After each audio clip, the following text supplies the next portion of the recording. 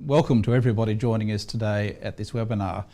I would also like to take this opportunity to give my respects to the traditional custodians of the various lands on which we are all participating in this webinar today. The local government elections 2021 are one of the biggest events to be held in New South Wales this year. It involves more than 5 million electors, more than 200 pre-poll venues, over 2,000 polling places, and the engagement of an additional 20,000 people from the communities, your communities, to assist us in delivering these elections. As I said, this is likely to be the largest event to be held in 2021 in New South Wales. And in the current circumstances in which we all live, it's also an election which we are determined to hold in a COVID-safe manner.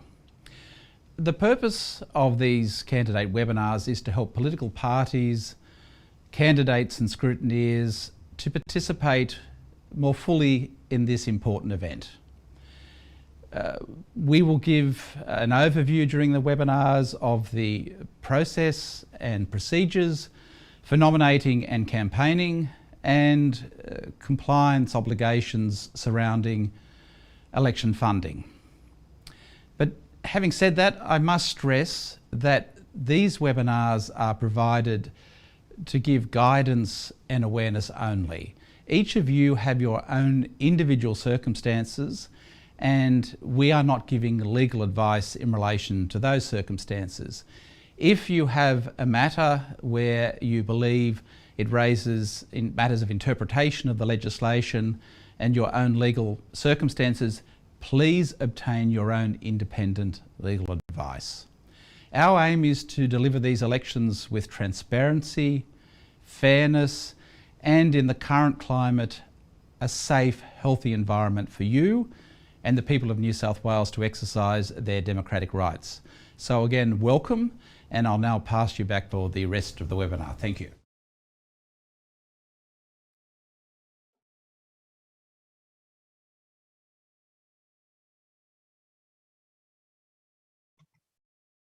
Good morning and welcome to our Candidate Information webinar. My name's Amber King and I'm the Nominations and Electoral Material Team Leader. I'd like to take this time to acknowledge the traditional custodians of the various lands on which we work today and the Aboriginal people participating in this webinar. I pay my respects to Elders past, present and emerging, and recognise the diversity of the Aboriginal peoples and their ongoing cultures and connections to the lands and waters of New South Wales. Now, we are currently working from home and conducting this webinar remotely. Please bear with us if we have any technical difficulties. This is the first time we have conducted our webinars remotely. We will be asking or receiving questions throughout today's webinar. If you have any questions, please use Slido. And you can join by going to slido.com and use hashtag LG21elections to ask your question. We'll be answering questions relevant to all participants at the end of the webinar. Where your question is not specific to you as an individual, we please ask that you do contact us directly so we can help you with your matter. If you experience any technical difficulties today, please SMS 0408 039 679 for assistance. Due to the elections being postponed by the Minister for Local Government from the 4th of September 2021 to the 4th of December, the New South Wales Electoral Commission has decided to represent the webinars that were held in the lead up to September. This will allow the candidates, registered political parties and other interested parties the opportunity to ask questions as we present the new election timetable. The series of webinars over the coming months will cover the nominations process, electoral material, which you may also refer to as how to vote material, early voting and election day voting, I vote, candidate workers and scrutineers, and counting and results. This webinar will provide an election overview for candidates. Subsequent webinars will provide more detail on each of those topics. Each webinar will be recorded and published on the New South Wales Electoral Commission website. The New South Wales Electoral Commission has also published a candidate handbook, which is available to you on our website. That provides greater detail on each of those topics and every matter that a candidate can find further information on, and that's available on our website. Now, while the New South Wales Electoral Commission aims to support all political participants in meeting their obligations, it does not provide legal advice. Opinions expressed by the New South Wales Electoral Commission are not a substitute for the law. All political participants must satisfy themselves as to their legal position, including, and where appropriate, obtain their own legal advice.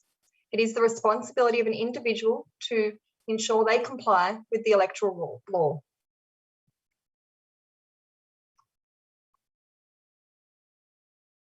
The Local Government Act 1993 and the Local Government General Regulation 2005 provide for the conduct of the local government elections in New South Wales.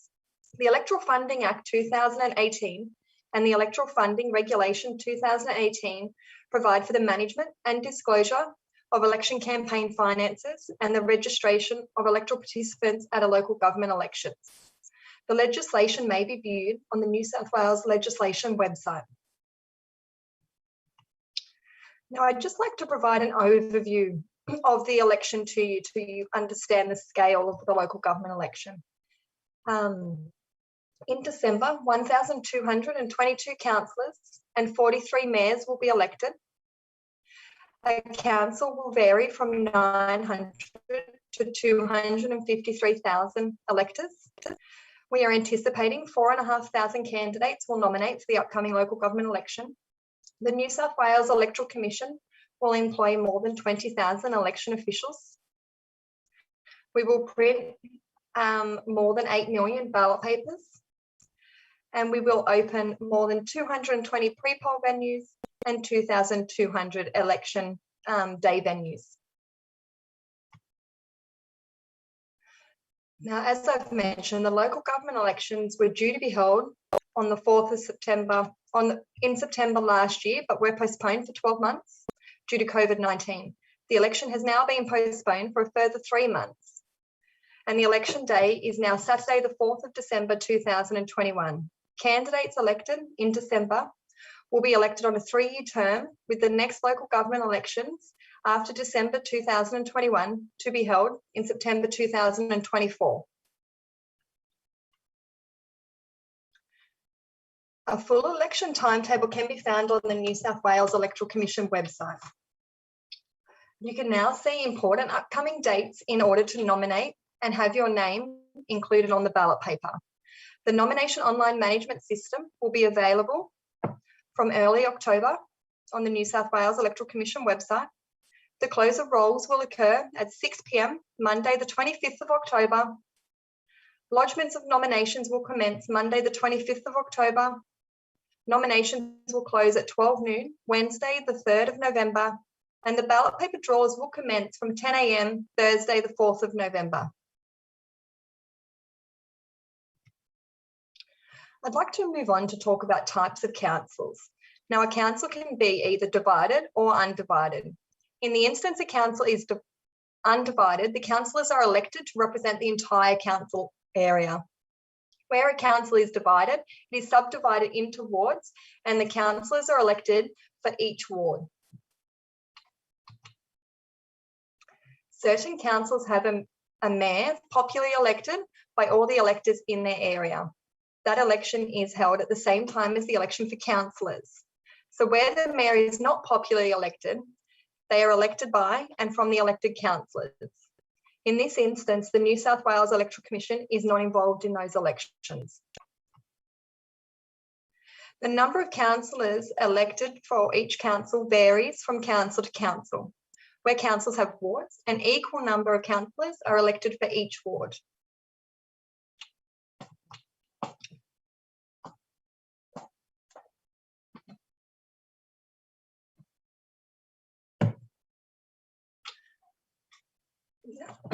Now, where a council may resolve to conduct a constitutional referendum A constitutional referendum may be held, but is limited to the following issues. And the issues are where it changes the structure of the council. So to determine whether or not a mayor be popularly elected, increase or reduce the number of councillors, divide the council area into wards or abolish the wards, and change the method of an election of councillors for an area divided into wards. Voting in a constitutional referendum is compulsory for electors. A constitutional referendum is decided by the majority of the formal votes, and the result is binding on the council. If the constitutional referendum is passed, the result takes effect at the next council general election. Where a council resolves to take a poll of the electors for its information or guidance on any matter, for example, the introduction of fluoride into drinking water, constructing a roundabout in the main street, a council poll is decided by the majority of the formal votes. The result of a council poll is not binding on the council. Voting in a poll is not compulsory. Where a council has decided to run a constitutional referendum or a poll, the New South Wales Electoral Commission will display those councils and their questions on our website as we near the election. I'd now like to briefly talk about expenditure and political donations. So a candidate or group is not permitted to accept political donations or pay for electoral expenditure prior to being registered for the election. Being registered for electoral funding purposes does not mean the candidate or group will be included on the ballot paper for the election. The candidate or group must also complete the nomination or a request to form a group to be included on the ballot paper.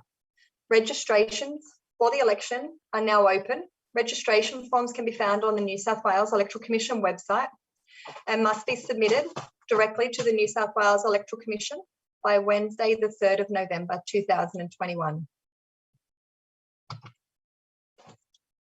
A candidate or group is registered once the New South Wales Electoral Commission has received and processed the registration form. Registered candidates and groups will be notified by email once they are registered. Candidates and groups that have not registered for the election are taken to be registered following the close of nominations, when the returning officer announced the names of the nominated candidates. Registration inquiries should be directed to the candidate help desk, or they can be emailed to fdc@elections.nsw.gov.au. I'd now like to move on to the roll. Now, it's compulsory for Australian citizens living in New South Wales aged 18 years and over to be enrolled and vote at the local government elections.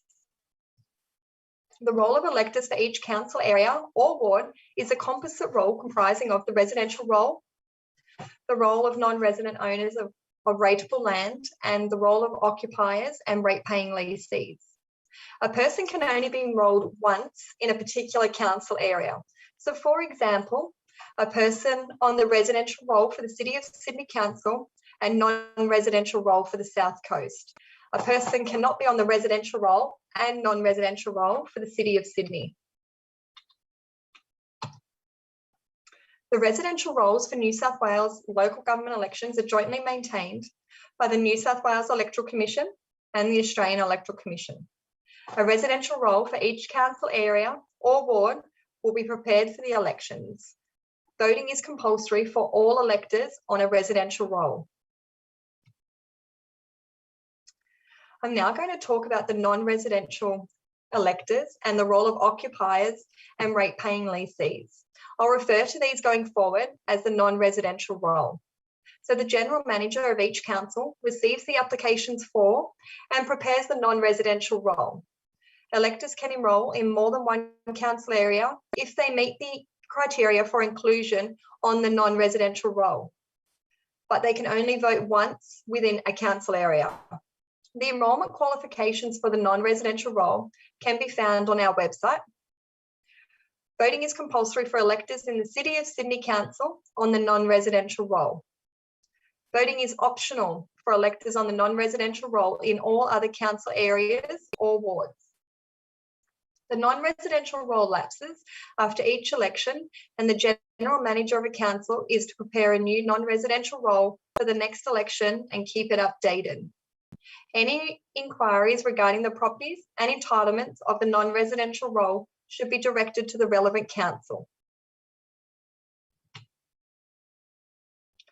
The residential role and non-residential role will close at 6 p.m. Monday, the 25th of October, 2021, for the purposes of being a candidate or a nominator in the election. Candidates must be enrolled by this time to be eligible to nominate for the election.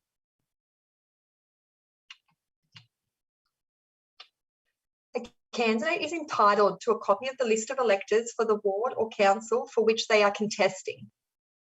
The list will be provided in electronic form and will contain the particulars of the electors entitled to vote in the ward or council the candidate is contesting.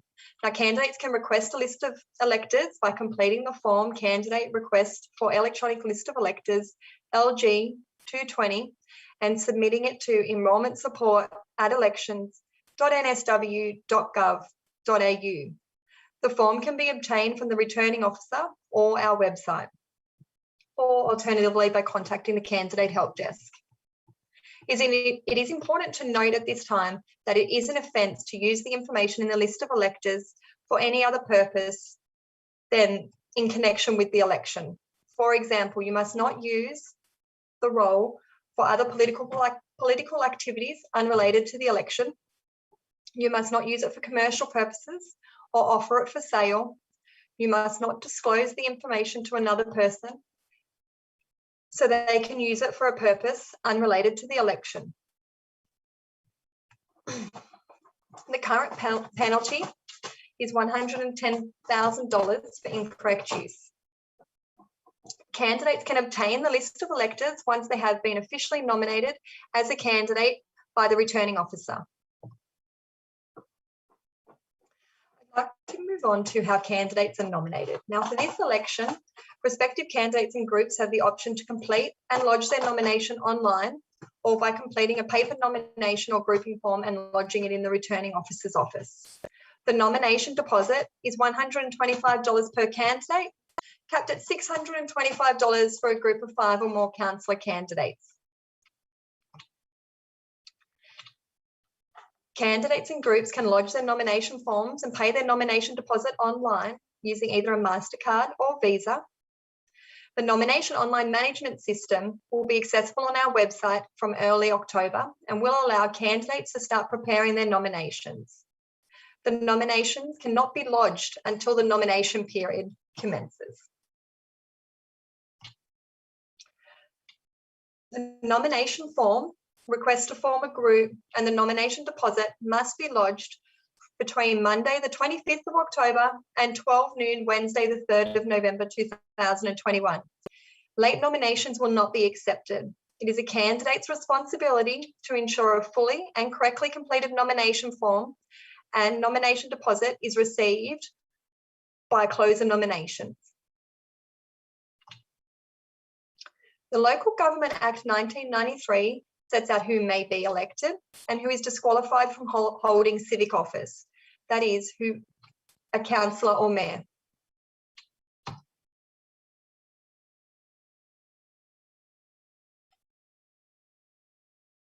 The reasons for disqualification include, but are not limited to, 1, currently serving a prison sentence, someone convicted of certain election-related or criminal offences, prohibited from managing companies, suspended on 3 or more occasions for misconduct as a councillor, current state members if elected, may only hold office as a councillor if they resign from Parliament before the first council meeting, serving judges, the returning officer for the elections of the council, and employees of the council for which they wish to stand for the election. The Local Government Act set out the reasons for disqualification from holding civic office. The Electoral Commission does not have the power to determine whether or not a candidate is disqualified. Any candidate concerned about their disqualification should seek independent legal advice. A person elected to civic office can be dismissed by the New South Wales Civil and Administrative Tribunal if it later finds that a person was in fact disqualified.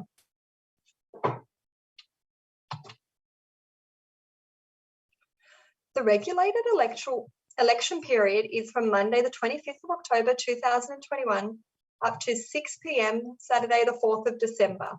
The legislation provides requirements in relation to the content, type, placement and distribution of electoral material during the regulated election period. Prior to the regulated election period, neither the New South Wales Electoral Commission nor the returning officer has any involvement in the regulation of electoral material. However, councils may enforce laws and regulations regarding to the size and placement of posters in their local government area.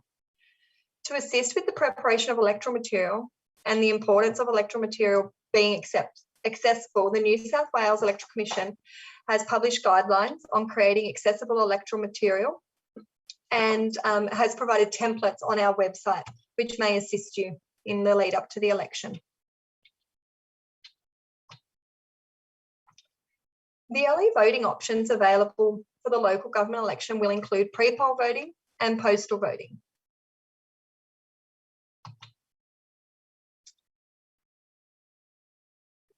Voting on election day. Polling places will be open from 8 a.m. to 6 p.m. Saturday the 4th of December. It's important to note there is no absent voting at a local government election. On election day, an elector can only vote at the following polling places within their council or ward they are enrolled.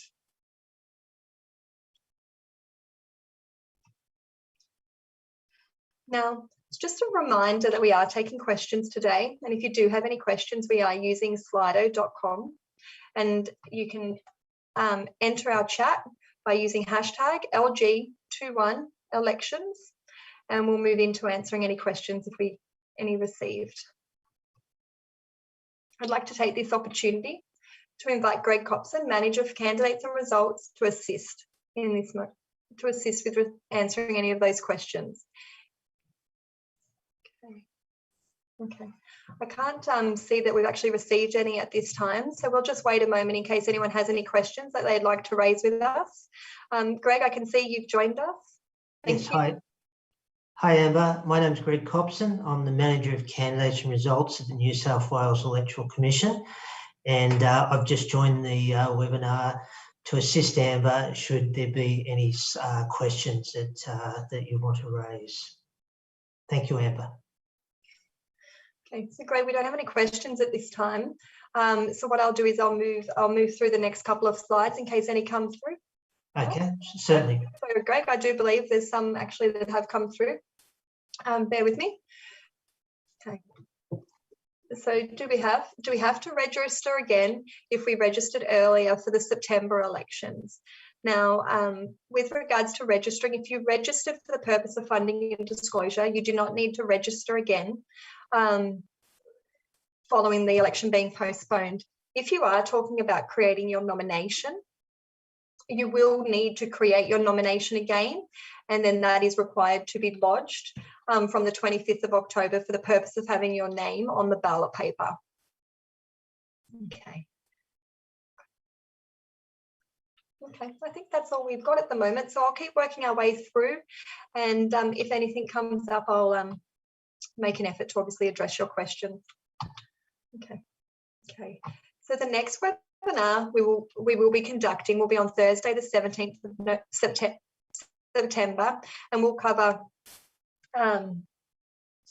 election campaign finances, but we'll also continue to talk about the election, and provide a general overview and work our way into more the nominations and details regarding the registration of electoral material for you. And we'll also then provide an outline of our remaining webinars as we lead up to the December election. Now, we have received a couple more questions. Can we run to be a councillor for the City of Sydney, or does the Mayor decide who are councillors here? So for the City of Sydney, the candidates do lodge nominations for both Mayor. You can lodge a nomination to be a candidate for the mayoral elections for the City of Sydney, and or the nomination to be a councillor for the City of Sydney. It's important to note with regards to the City of Sydney, if you do choose to contest the mayoral election, it is a requirement you also contest the councillor contest. Okay, so you are able to nominate for either mayor and councillor or just the councillor. Greg, is there anything you wanted to add to that one? No, that you've covered it all, Amber. That's fine. Okay, and there's a couple more questions that have come through.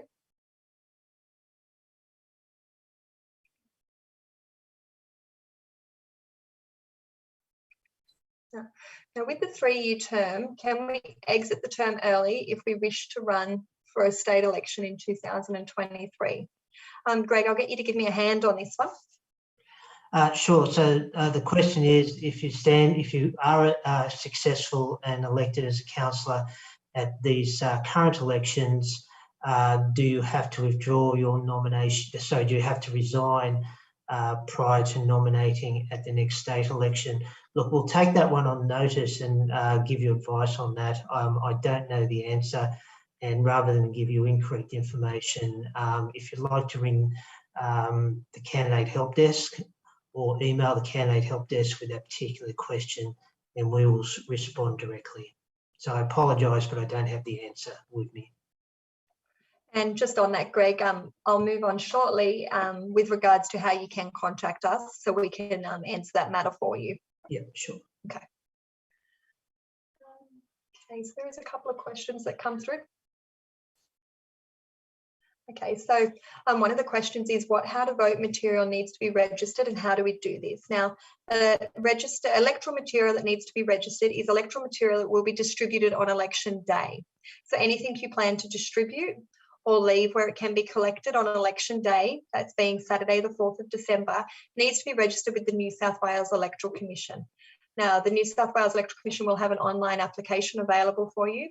That will be available from Thursday the 4th of November, and apologies, I'm just getting used to the new timetable. So from Thursday the 4th of November, that will be available for you online, and you'll be able to submit your electoral material for the New South Wales Electoral Commission's review and approval. Now, it is something we do recommend you do not print your electoral material until such time that you have actually obtained the approval from the New South Wales Electoral Commission. Now, we will be holding a webinar as we near the election on electoral material, and we will also walk through the registration of electoral material system at that time so that you're familiar before that period opens. Okay. Okay, so then the next question I can see is, what's a good way of finding out who else is nominated in case you want to form a group with them? So with regards to nominating, your nomination will include who you form a group with. So if you would like to nominate or form a group for the purpose of being on the ballot paper,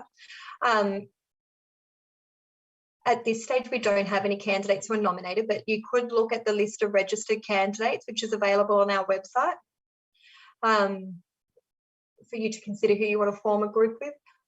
It's ultimately up to you who you wish to form a group with. For each group, each candidate within the group is required to complete a nomination form and subsequently sign and complete that request to form a grouping form. Greg, is there anything you want to add to that? Yes, Amber. Just also I'd point out that as nominations are received during the nomination period and the nominations are accepted by the returning officer, those accepted nominations will appear on our website. So from the day after nominations are open, nominations opening on the 25th of October, so from the 26th of October till the 3rd of November, during that period, as nominations are received and accepted, those names of those accepted nominations will appear on the website. So you are able to see who's nominated as nominations are received and accepted. As Amber pointed out, you can form a group and you have to lodge the grouping form with the returning officer by the close of nominations as well. Thanks, Greg.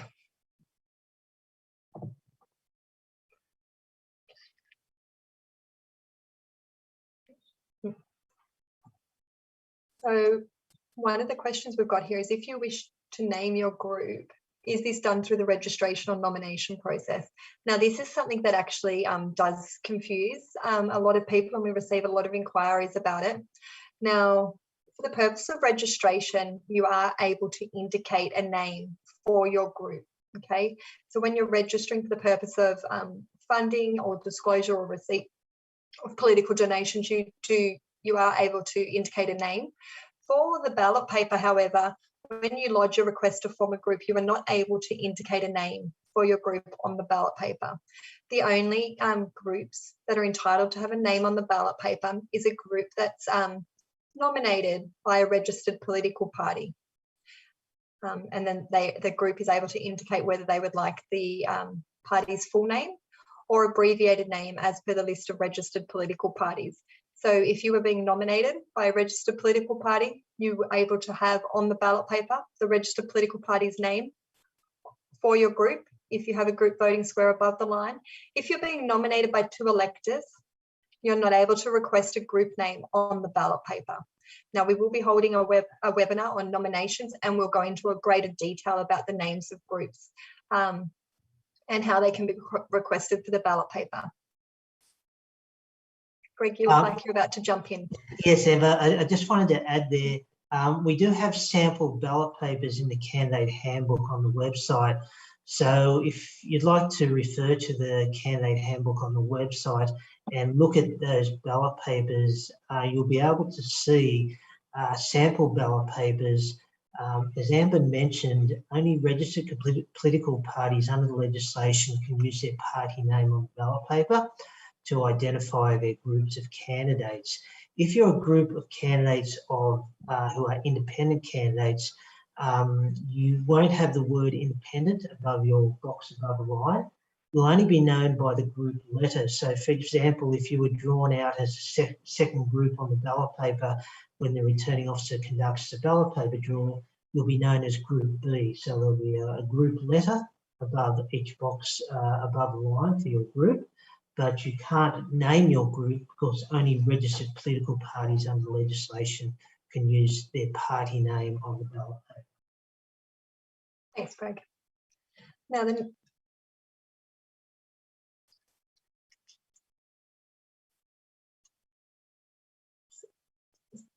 so moving on to our next question, and just bear with me while I can, it's can I resubmit our group registration? For the purpose of funding, you are able to resubmit your group registration if you wish to amend the members within your group, or you make a change to your group. You are able to resubmit your group registration. For the purpose of forming a group on the nomination on the ballot paper, you are required to complete a new request to form a group form and lodge that through the lodgement window, which will commence from the 25th of October for the purpose of having your group on the ballot paper. I hope that answers your question. Okay, if we move on, there's just a couple more. Okay, so this one's with regards to nominations. I have loaded up all my nomination forms. Are you suggesting I have to rescan and load up again?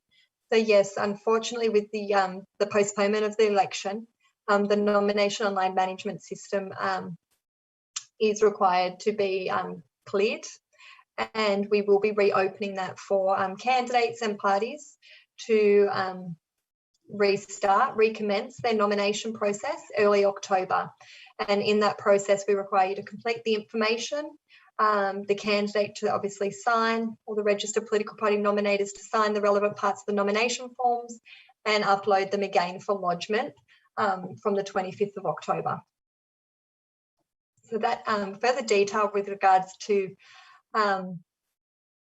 nomination forms or groups that had commenced was also included in our last bulletin that was distributed, and that's also available on our website if you didn't receive that, or don't hesitate to contact us at the help desk and we can work through that with you.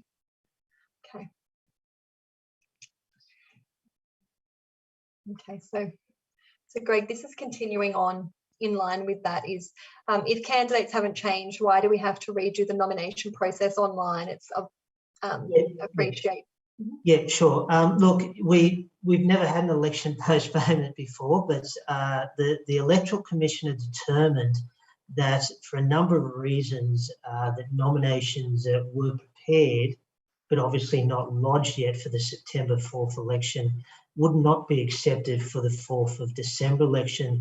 There's a number of reasons behind it. First of all, candidates and nominators who may have been enrolled as at the previous 4th of September date may not be enrolled in for the 4th of December election. So we need to recheck every candidate and nominator on a fresh nomination form. Some candidates may not wish to stand, so some people who prepared nomination forms or who'd signed grouping forms, their circumstances may change or may have changed between the two election dates and may no longer wish to be candidates. The candidate information sheet, which is in the form of a statutory declaration under the Oaths Act, is required to be completed by each candidate, and that information is part of the nomination process and is displayed on our website and in voting centres during the election. Now, any declaration on those candidate information sheets may be out of date and may not be accurate 3 months after the 4th of September elections. So the Commissioner made the determination that any candidate who had prepared their nomination within the nomination online management system or had prepared a paper nomination form has to recommence that process. Thanks, Greg.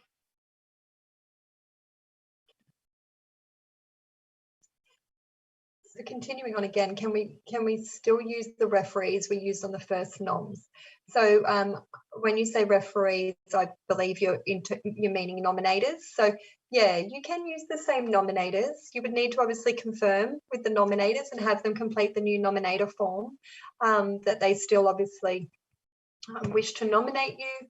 And then when you're entering them into the system, that will validate that they are actually still enrolled for the area, council area or ward you are contesting. And then you're able to upload that into the system.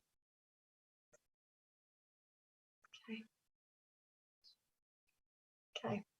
So I believe we've received some questions about iVote, and it just says, please explain. So the iVote application, and Greg, I'll get you to give me a hand here, but for the upcoming local government election, iVote or electronic voting will be introduced for the very first time for the local government elections. It has previously been used in the state elections. Yes, that's correct, Amber. It's one of the changes that's been introduced recently for local government elections. So Amber mentioned previously that we have attendance voting on election day. We have early voting, known as pre-poll voting, for the 2 weeks leading up to election day. And we also have postal voting as well. Now, electronic voting, online voting, or iVote, as it's often referred to, people can, if they are eligible, cast an online vote in the 2 weeks leading up to election day and on election day itself up to 6 p.m. election day as well. So as Amber says, that brings local government elections in line with New South Wales state elections, which has had online voting for a number of years now. Now, Greg, on that, we will be holding, again, some webinars in the near future. There'll be one on iVote, where we will provide further information to candidates and parties about and explain iVote in detail and provide the opportunities where candidates are able to nominate someone to be a scrutiny or be present to see the iVote activities that are required to occur for the purpose of the election. But we'll also talk in further detail with regards to iVote when we move into the early voting webinar. So there is more information. There is more information coming on this in the near future. Okay. So there is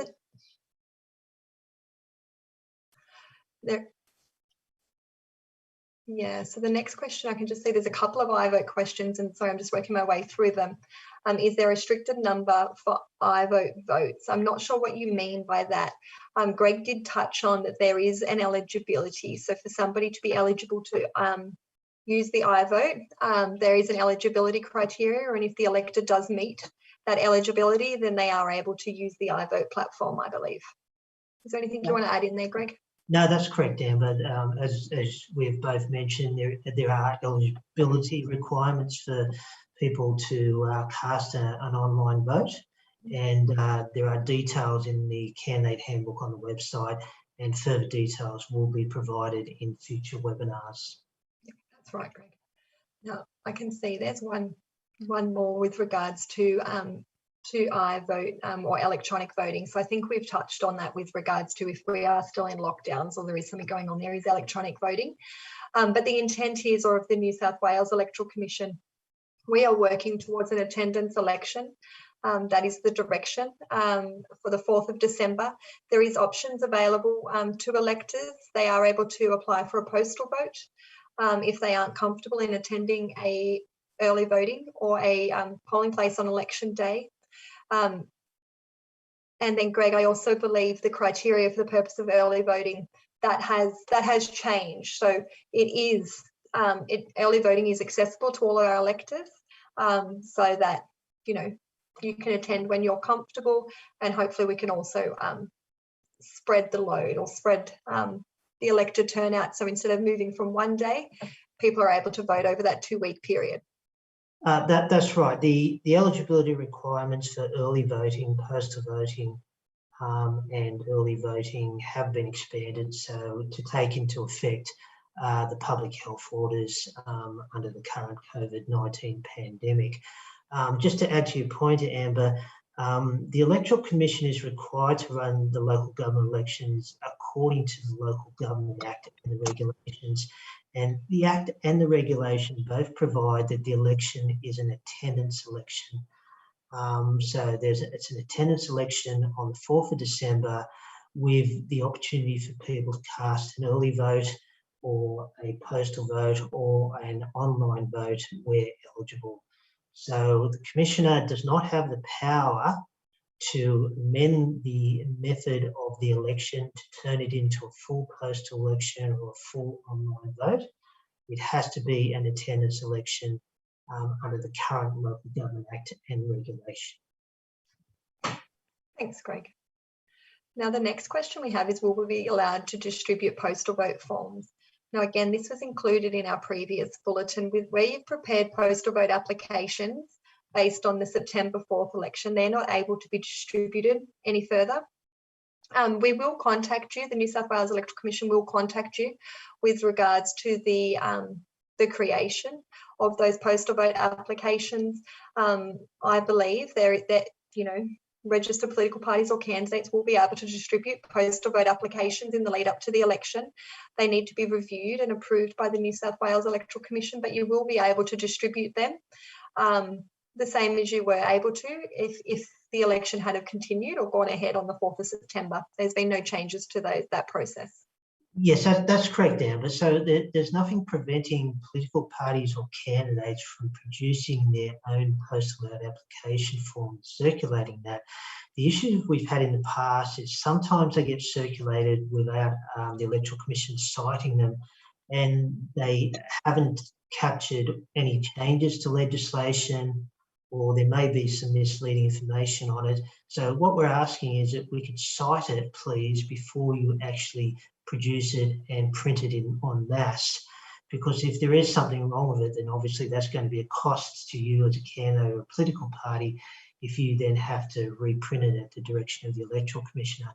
So we just like to cite it and make sure it's correct before you go to the expense of printing it and circulating it.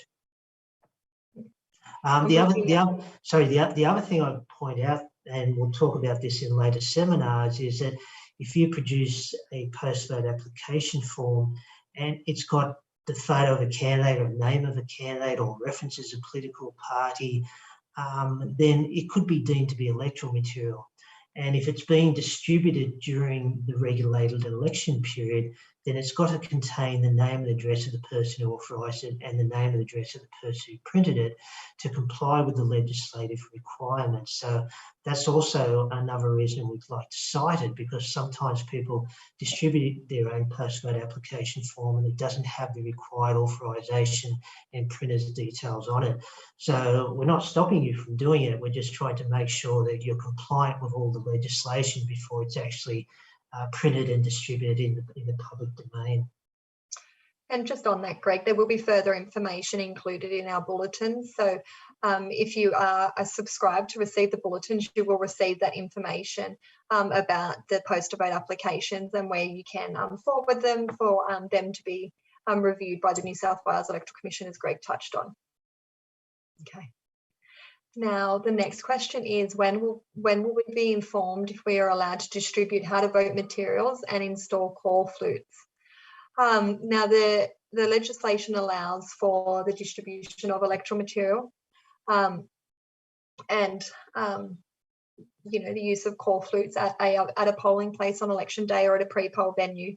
The Commissioner does have powers, Greg, that have been introduced due to the current COVID-19 pandemic. I don't believe we... Yep. That's correct, Amber. So basically, as Amber mentioned, the legislation does provide for candidates and political parties or any other person to distribute electoral material and display posters, provided they're compliant with the legislation, which you can read about in the candidate handbook, or we will present that information at future webinars. One of the recent changes to legislation is, because of the COVID-19 pandemic and the public health orders, the Commissioner does have authority under legislation to direct that electoral material posters may not be distributed, or can only be distributed a certain distance away from a voting centre. But that will be on a case-by-case basis, depending on where and if there is an outbreak.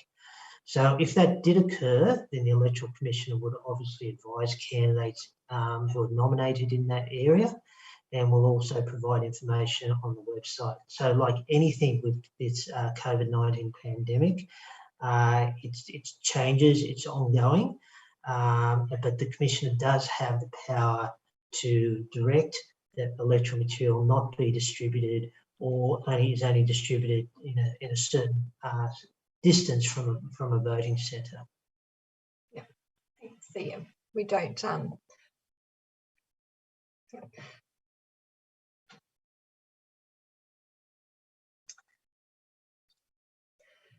Yes, so thanks for that, Greg. And I believe we've got just some more questions with regards, obviously, to the current COVID-19 and the various lockdowns. So one of the questions is, if the lockdown continues, will we be permitted to distribute pamphlets in mailboxes, or would this be a breach of current stay-at-home orders? Look, I don't believe we have the answer to that, Greg, about whether or not somebody is able to do, based on the current public health orders, and I think the lockdowns in effect. I don't believe we have the answer. I could be wrong as to whether or not somebody is able to do a pamphlet distribution locally in their local area. It's just going to be subject to the public health orders that are in place at the time. So we can't answer that now, but it'll be subject to whatever public health orders are in place at the time. If there are lockdowns, if there are restrictions, then we all must comply with those public health orders. But Greg, I think it's important at this time just to note, and I haven't mentioned it earlier in today's session, but the New South Wales Electoral Commission is working with the Department of New South Wales Health, and we are working quite closely in how we can conduct the New South Wales election in a COVID-safe manner. And all of these matters, as we near the election, we will continue to liaise and work with them to establish, what is allowed under the public health orders at such time. But as Greg said, it is changing, and it is changing quite quickly at the moment. So we don't have a position, especially with regards to electoral material, and unable to offer that advice. Okay. Yes. So I know we've got another one here about polling booths because of COVID? When will we know? Look, I think at the moment we're obviously in a planning stage as we move into our preparations for the December 4th election.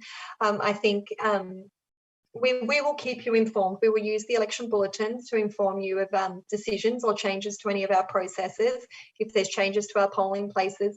And we'll use these webinars to, obviously, for you to ask us questions as we progress, but to provide an update on our planning and how we intend to conduct the election in a COVID-safe manner.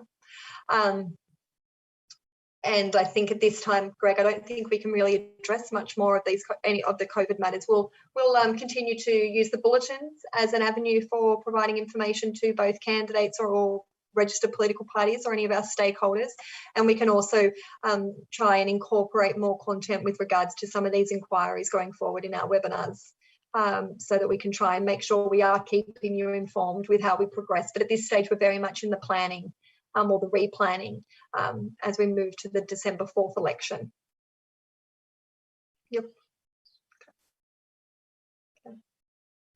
So this one's with a general question is, what's the New South Wales Electoral Commission doing to promote a COVID-safe election and encouraging people to vote? So the New South Wales Electoral Commission is incorporating a number of new initiatives for the election.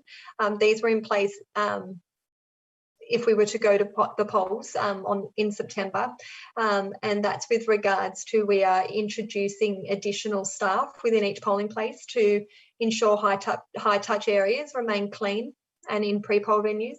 We're also introducing queue controllers to ensure physical distancing is maintained and to assist with queues where required.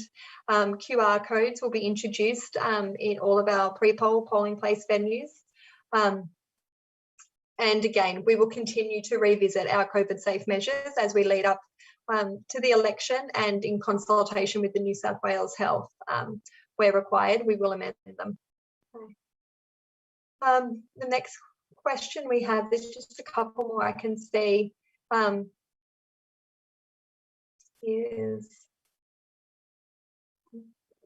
what's the possibility, and Greg, I'll get you to answer this one. What is the possibility of the election being delayed beyond the 4th of December?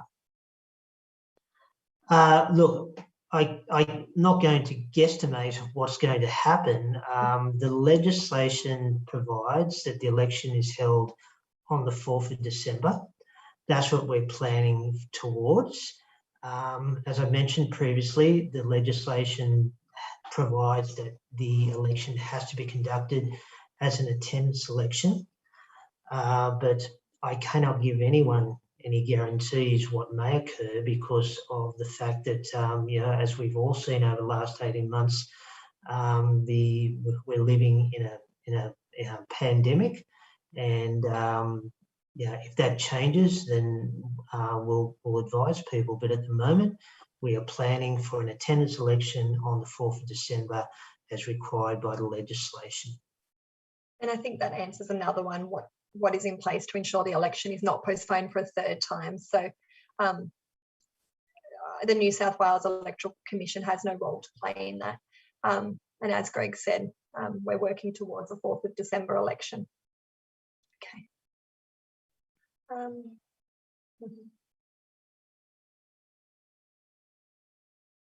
Yes. So, okay. So the next question is, if the current lockdowns continued, we need certainly if the election is postponed, an early call. Some candidates have purchased material already. Now, Greg, we appreciate obviously some candidates had started preparing their electoral material prior to the election being postponed. Unfortunately, the New South Wales Electoral Commission, you know, as you mentioned before, Greg, we've not had an election postponed so close to the date previously. It wasn't anticipated by us. If the election was to be, it wasn't a decision by the New South Wales Electoral Commission with regards to the postponement. So I don't think the New South Wales Electoral Commission can provide certainty with regards to any electoral expenditure that you may be making or have made with regards to your electoral material. Greg, is there anything else you want to put in there? Yeah, look, we appreciate, as Amber said, that there were people who had spent money on post-vote application forms and how to vote material prior to the 4th of September election being postponed. Now, ultimately, the Minister for Local Government is the only person who has the authority to postpone the election. And that decision was made on the day before, the Saturday before the nominations opening at the 4th September election. So we do appreciate it is a bit of a tricky situation, but we can't advise you any further other than the election is planned, and we are planning for an attendance election on the 4th of December. Greg, my understanding, or at this time, the electoral expenditure cap rules haven't changed. If they are to change, or if they were to change, obviously the New South Wales Electoral Commission will communicate with all of our registered candidates and political parties to keep them informed and let them know as soon as possible if there was a change. Yeah, sure. Yeah. Okay, so now the next question is there a list of polling booths for each ward? Again, the New South Wales Electoral Commission is in a planning stage for the December 4th election. We're in the process of resecuring our polling places. That involves us obviously going out to each schools individually, or the halls or venues. Once the list of venues has been confirmed and we have been able to lock them in for the 4th of December, that the list will be made available to you on our website for both polling places and pre-poll, and that'll be for the state. Yes, so we obviously had all the venues locked in for the 4th of September election. We've now had to go back out to all those venues about their availability for the 4th of December election. Some venues are no longer available, and so we're looking for alternate sites. And as Amber said, the list of venues will be available on our website, so you can plan your staff to hand out electoral material.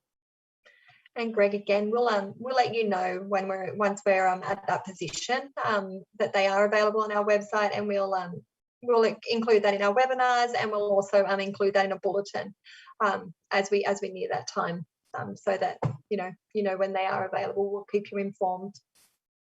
Okay, so I think we've touched on most of these items now. Yeah, so I think we've touched on. Just having a quick look through them. I think we've touched on them all. If there is something that we haven't addressed, or if you do have a specific question, please don't hesitate to contact us directly. Greg, I'd like to thank you for obviously assisting me answering some of these questions. That's fine. And jumping in from home. No worries. Thanks, Amber. Okay.